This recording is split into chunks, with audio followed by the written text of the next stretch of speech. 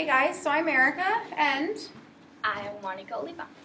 we are doing our presentation or our speech on traveling through Canada. And our purpose today here is to inform you guys of the natural wonders of the world that are in our home nation of Canada. So I got a little poem for you guys to start, and it's called You Know You're From Canada When. You know you're from Canada when you only have 3 spices, which are salt, pepper, and ketchup.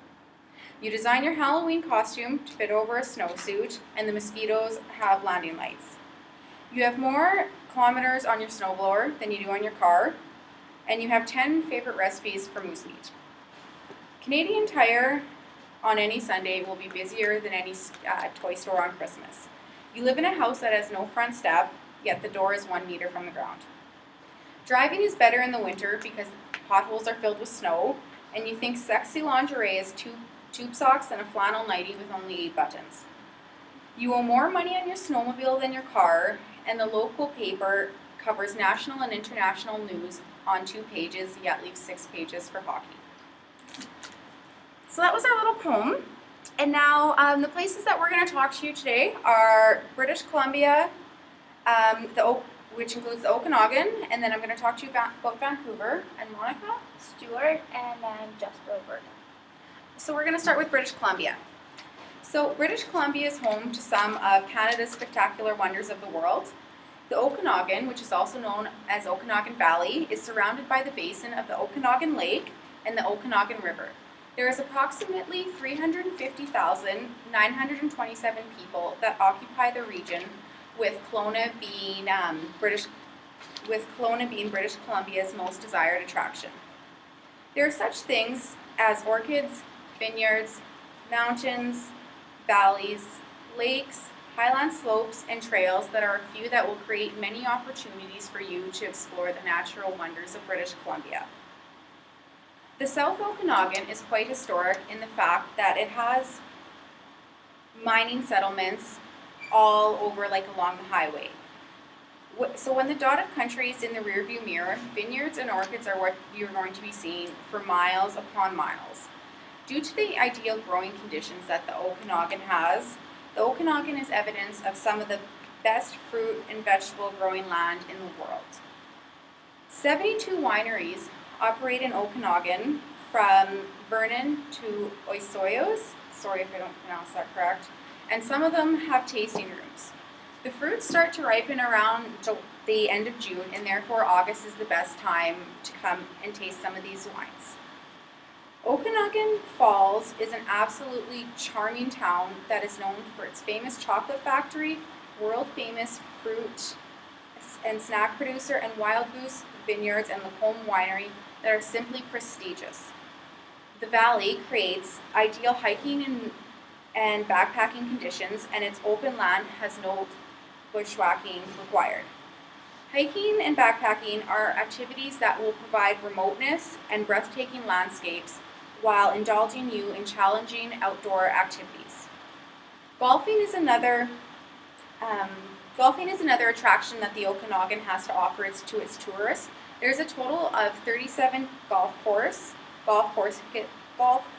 that are located throughout the Okanagan, and over half of them are located in Vernon. The greens are open starting in March and can be enjoyed until late November. Water hazards and fruit trees challenge the individual on many courses. The lakes located in the Okanagan attribute to what makes this region so spectacular. The Okanagan Lake is over 70 miles long and lies on the north end of Penticton. So now we're going to go on to talk about Vancouver.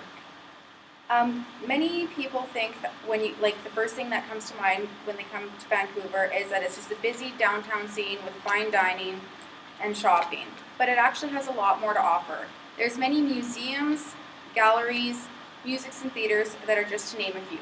The nightclub scene is also very high in Vancouver, and it's one of Vancouver's most dominating characteristics. Along with the cosmopolitan-like attractions, there's also mountains, lakes, oceans, rivers, and beaches that are what truly make this region boast with breathtaking abundance and beauty. The gardens of Vancouver are also absolutely spectacular. Many of Vancouver's gardens are recognized across Canada. The Van Dunstan and UBC Botanical Gardens were actually both listed in the 10 best public gardens throughout Canada in 2008, and that was done by the Canadian Geographic Travel magazine. The year-round climate, plenty of rain and summer sunshine all contribute to the growth of the fragrant flowers, leafy plants, and towering trees.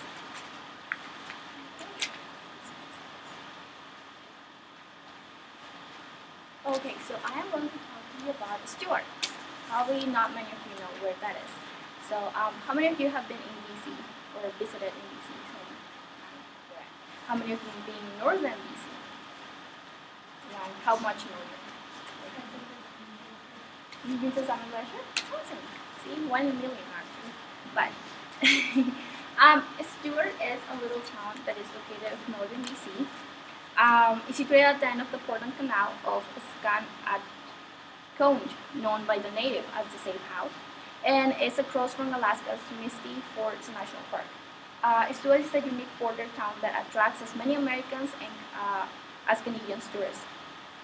And it's a really, really, really tiny town, but it's really, really beautiful. So, Stewart is a small town with a lot of history and beauty. Stewart's main economy industry was and is still until now mining. Mining begins in Stewart, and when 68 prospectors came into town to the head of the Porter Canal, and in the spring of 1898, looking for gold. The area around the Portland Canal was explored in 1896 by Captain D.D. Gaylord of the United States Army Corporation of Engineers. And 2 years after his visit, the first prospectors and settlers arrived. Among them was D.J. Rain, for whom a creek and a mountain was named after, and Stewart brothers arrived in 1902. And in 1905, Robert M. Stewart, the first postmaster, named the town Stewart. Gold and silver mining dominated that early economy. In Hyder, Alaska, which is just 5 minutes driving from Stewart, was boomed with the discovery of rich silver veins in the Upper Salmon River in 1917. Hyder became an access and supply point for the mines, while Stewart served as the port for Canadian mining activity. So it was the town of Premier, which was accessed by 5 minutes from Hyder. Despite the Stewart population of about 10,000 prior to the World War I, which then declined to about 700 in 2000 and 2005, its population had reduced right now to about 400 to 500 people. But Stewart has been and will always preserve his population and his beauty. One of the attractions in Stewart are such as the Bear Glacier that you can see right at the entrance of the town. It's right on the left side, 5 minutes before you come into town. And the Fish Creek, where you can see grizzlies and black bears fishing for salmon. Sometimes you can see them together, which actually is not that common to see. And of course, you have the hiking trails that shows evidence of the gold and silver mines that existed before, and the fishing lakes that are around Stewart, and of course, fishing right in the ocean, right, because Stewart is right on the coast. And of course, Stewart is well known for the Salmon Glacier. The Salmon Glacier is the 5th largest glacier in North America. Those are my pictures, and they're really good pictures because I took them. So that was the Salmon Glacier 2 years ago. That was actually a really, really beautiful day. And so yeah, the Salmon Glacier is the 5th largest glacier in North America. It's 4,300 feet up in the alpine, located back in the beautiful BC. The road goes by several old gold mines, including the famous Premier Gold Mine, now called Western Gold, which have been on and off since 1920. 3 miles past Hyder is Fish Creek, as mentioned before, where from July to September the salmon runs and provides an extensive food supply for bears, gulls, and eagles. That's Stewart, and I really encourage you to go visit it because not many people know about it. So. And now I'm going to talk to you about Jasper. So many of you have been, of course, in Jasper once or more than once.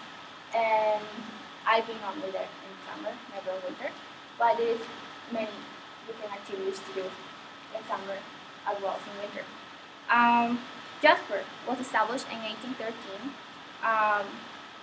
by the House Jasper. No, sorry. Jasper House was first known as the Northwest Company and later as Houston Bay Company.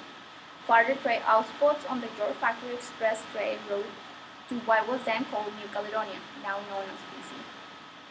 Jasper National Park was established in 1907.